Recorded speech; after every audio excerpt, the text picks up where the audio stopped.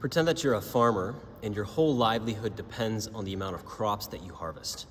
And say last year you had harvested more crops than all the other farmers in the country combined.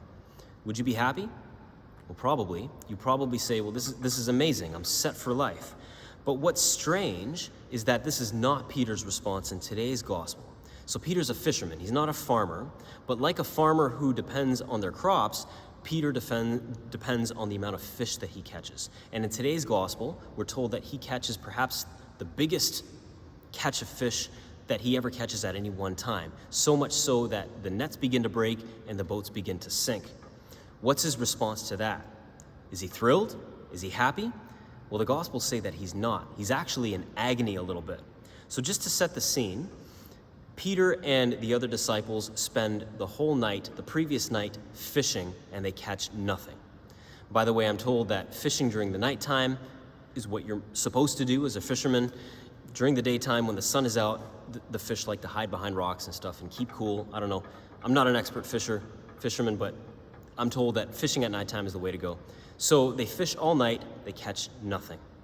Now it's the day after, the sun is out, and here comes Jesus, the carpenter, and says to Peter, the fisherman, "Put down your nets again for a catch." You can almost hear the sarcasm in Peter's voice when he responds to this request from Jesus. He basically says, okay, you, Jesus, the carpenter, are telling me, the fisherman, how to fish. You're telling me to put down my nets now in the daytime, expecting to catch fish. Okay, I'll do it, but just to prove you wrong. So he does it, and the scriptures say, as I said, that he makes the biggest catch of fish perhaps that he makes at any one time. What's Peter's response? Well, it's not positive.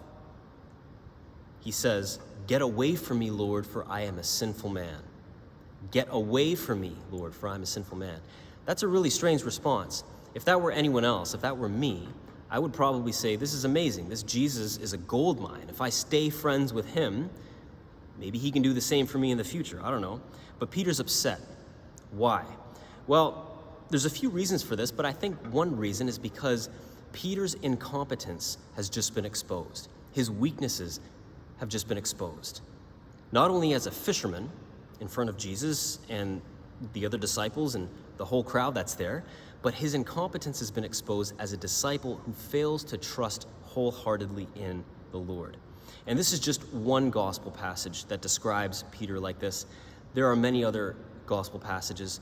It's almost as if the Gospels were trying to make this point, that Peter was a fixer-upper. He was frail, he was a weak human being, but this is the man that Jesus decided to make the first leader of the first Christian community, to be the first pope. Why? I think it's because Jesus was thinking of us who are also frail and weak at times, and who can also relate to a person like Peter. Here's the thing. When it comes to serving the Lord, weakness and incompetence are not as big as obstacles to God as you might think. Weaknesses and incompetences, they actually don't really matter. Everyone listening to me right now is probably not as incompetent as Peter. If there were an incompetence hierarchy, Peter would most likely be at the top. So the invitation for us today is for us not to be afraid to give our lives completely over to the service of the Lord, because Jesus is quite capable of using sinners and stumblers like you, like me, like St. Peter, to do great things.